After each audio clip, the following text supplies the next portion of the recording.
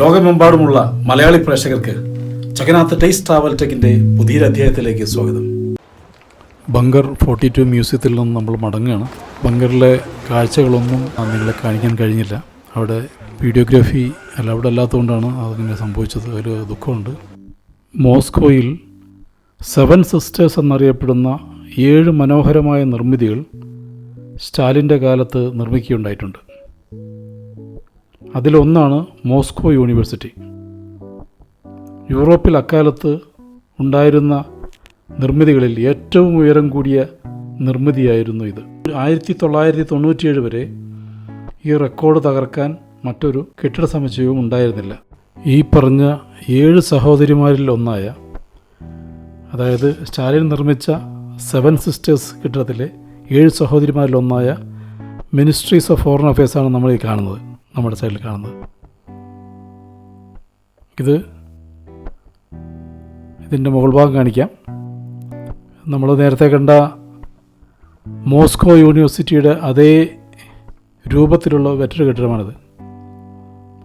സ്റ്റെപ്പായിട്ടുള്ള building, നടുവിലൊരു ഗോപുരം. ഇങ്ങനെയാണ് 7 സഹോദരിമാരെന്നറിയപ്പെടുന്ന 7 ബിൽഡിങ്ങുകൾ മോസ്കോയിൽ ഉണ്ടാക്കിയത്. ഇത് സ്റ്റാലിൻ നിർമ്മിച്ചതാണ്.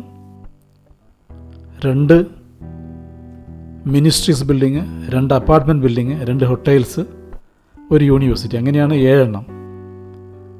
8ാമതൊന്നും കൂടി സ്റ്റാലിൻ നിർമ്മിക്കുകയുണ്ടായി. അത് പോളണ്ടിലെ വാഴ്സോയിലാണ്. നമുക്ക് ഈ ബിൽഡിംഗ് ചുറ്റി ഒന്ന് വരാം. ഇതിനെ നമ്മൾ ചുറ്റി പോകുന്നുണ്ട്. ഇവിടെയുള്ള ഈ യാത്ര കൗബാക്ക് ട്രെയിലിംഗ് എന്നാണ് അറിയപ്പെടുന്നത്. മോസ്കോ നിവാസികൾ, നമ്മുടെ ഗൈഡെല്ലാം പറയുന്നത് ഇത്തരത്തിലുള്ള യാത്രയാണ് ബോംബെയിലുമുള്ളതെന്നാണ്. കൗബാക്ക് ട്രെയിലിംഗ്, പശുവിൻ്റെ പിന്നിൽ പോകുന്നത് പോലെ ഉള്ള യാത്രയാണ്. മെല്ലെ മെല്ലെ അങ്ങനെ പോയിക്കൊണ്ടിരിക്കും. ട്രാഫിക് ബ്ലോക്കാണ് എന്ന് ചുരുക്കി പറയുന്നു മാത്രം. ഇത് ആ മിനിസ്ട്രീസ് ബിൽഡിങ്ങിൻ്റെ സൈഡ് ഭാഗമാണ് നമ്മളിപ്പോൾ കാണുന്നത്. ഇതാണ് 7 സഹോദരിമാരെന്നറിയപ്പെടുന്ന ബിൽഡിങ്ങുകൾ. ഇനി നമ്മളൊന്ന് കാണുന്നുണ്ട്, അത് ദൂരെ കാണുന്നു. ഇതേപോലെ സ്റ്റെപ്പായിട്ടുള്ള മറ്റൊരു ബിൽഡിങ് കാണുന്നുണ്ട് നമ്മൾ. അതൊരു അപ്പാർട്ട്മെൻറ്റ് ബിൽഡിങ്ങാണ്. 7 സഹോദരിമാരിൽപ്പെട്ട മറ്റൊന്നാണത്, ദൂരെ കാണുന്നത്. നടുവിലൊരു ഗോപുരവും കാണുന്നുണ്ട്. താഴേക്ക് സ്റ്റെപ്പായിട്ട് വരുന്നുണ്ട്. ഇതാണ് 7 സഹോദരിമാരെന്നറിയപ്പെടുന്ന സ്റ്റാലിൻ നിർമ്മിച്ച 7 നിർമ്മിതികൾ.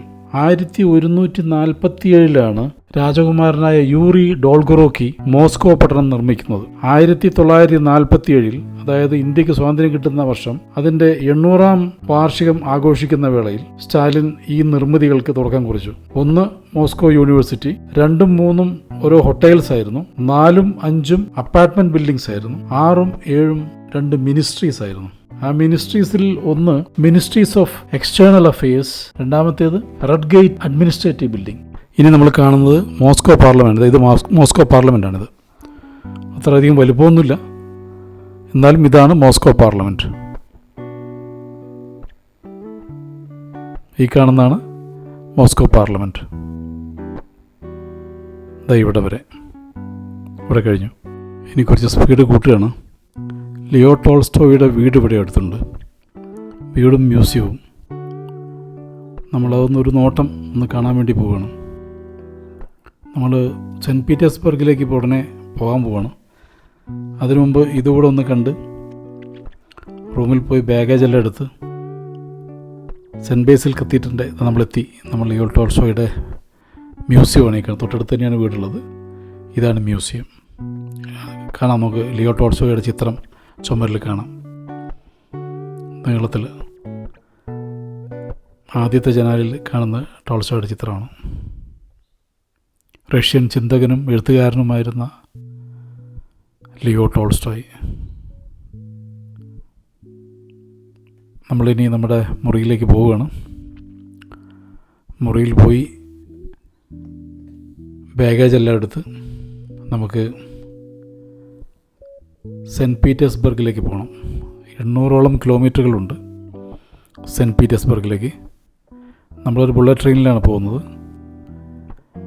800 കിലോമീറ്റർ എന്ന് പറഞ്ഞാൽ 100 കിലോമീറ്റർ സ്പീഡ് ഓടിയാൽ 8 മണിക്കൂർ എടുക്കും. പക്ഷേ നമ്മൾ ഏതാണ്ട് 4 മണിക്കൂർ കൊണ്ട് അവിടെ എത്തും. അത്ര സ്പീഡിലാണ് നമ്മുടെ ട്രെയിൻ പോകുന്നത്. നമ്മൾ മുറിയിലേക്ക് പോയി ബാഗേജ് എടുത്ത് റെയിൽവേ സ്റ്റേഷനിലേക്ക് പോകുന്ന വഴിക്ക് ബേസിൽ കത്തീഡ്രലിന് മുമ്പിൽ ഒരിക്കൽ കൂടി ഒന്ന് ഇറങ്ങി ഒന്നുകൂടി ഒന്ന് മോസ്കോയോട് നമസ്കാരം പറഞ്ഞ് നമ്മൾ യാത്രയാവുകയാണ് സെൻറ്റ് പീറ്റേഴ്സ്ബർഗിലേക്ക്. സെൻറ്റ് പീറ്റേഴ്സ്ബർഗിലെ കാഴ്ചകളാണ് അതിമനോഹരമായ കാഴ്ചകൾ. നമുക്ക് എത്രയും പെട്ടെന്ന് അങ്ങോട്ട് പോയി ഞാൻ കുറച്ച് സ്പീഡ് കൂട്ടുകയാണ്.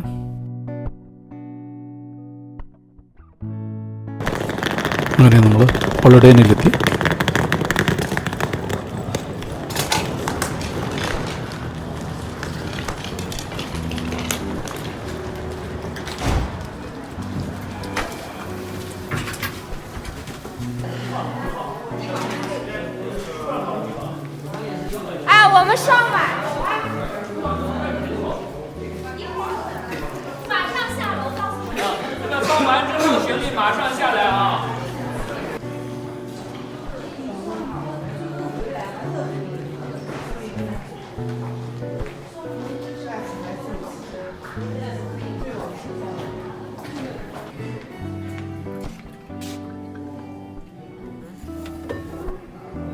Oh, you are here.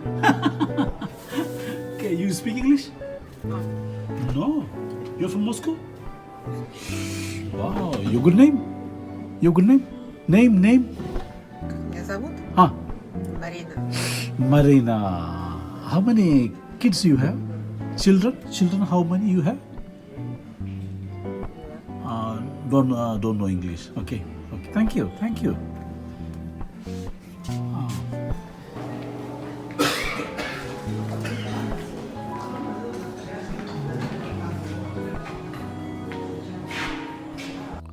ഹോളിഡേയിൽ നമ്മുടെ മുറിയിൽ നമ്മൾ തിരിച്ചെത്തിയിട്ടുണ്ട്.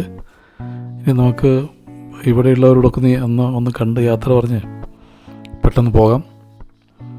ഇതാണ് മുറി. മനോഹരമായ ഹോട്ടലാണ്. I think she speak English. We can talk to her. You speak English? Oh, yes, I'm sorry. Yes, my name is... Anna, you're from Moscow? Yes? Very good. Where is it from? From India. Oh, cool. Restaurant and bar. Oh, Welcome. this one, your friend's name? Daria. Arya. Oh, nice Arya. Nice evening. Arya, you have a boyfriend? Of course. His name? Yeah, I can't, unfortunately. Oh. The secret information. So, Anna, do you have a boyfriend? No. No, till now. Eh? Don't have one.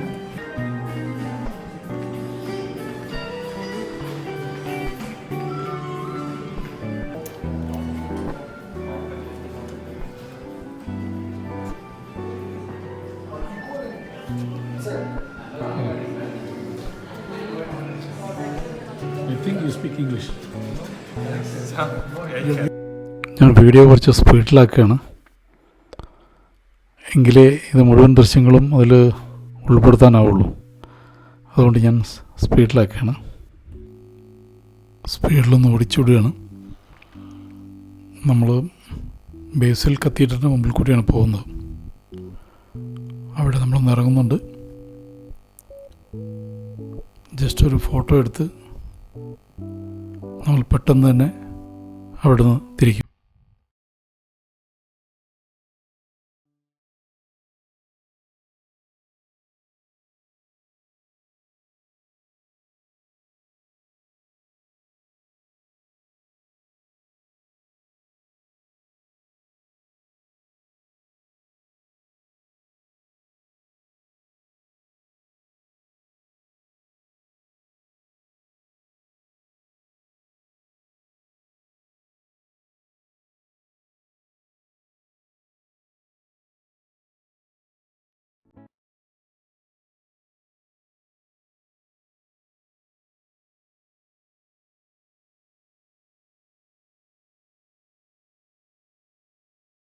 നമ്മൾ railway സ്റ്റേഷനിലെത്തി. ഇതാണ് നമ്മൾ പോകുന്ന train. Cent പീറ്റേഴ്സ്ബർഗിലേക്ക് ഇത് നമ്മളെ വളരെ പെട്ടെന്ന് കൊണ്ടെത്തിക്കും. നമുക്കതിൻ്റെ ഉള്ളിലെ ചില കാഴ്ചകൾ കാണാം.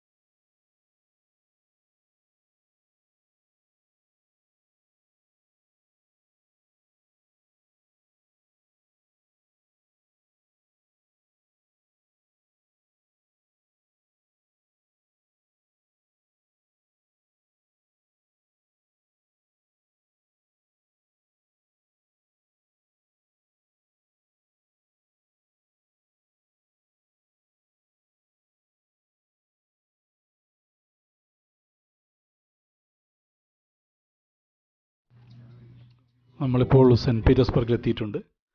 ഇനി നമുക്ക് സെൻറ്റ് പീറ്റേഴ്സ്ബർഗിലെ കാഴ്ചകളിലേക്ക് പോകാം.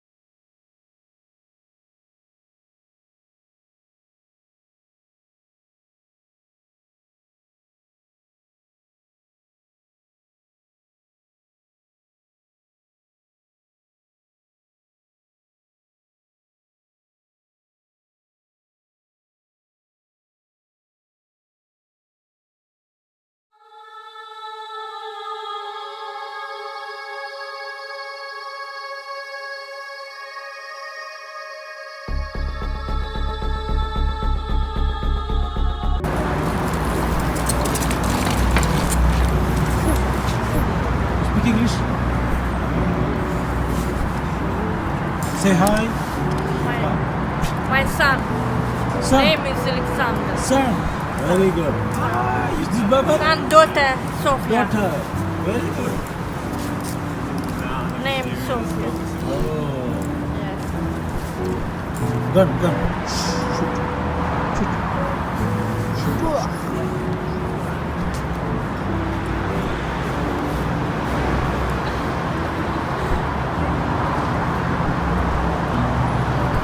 Thank you.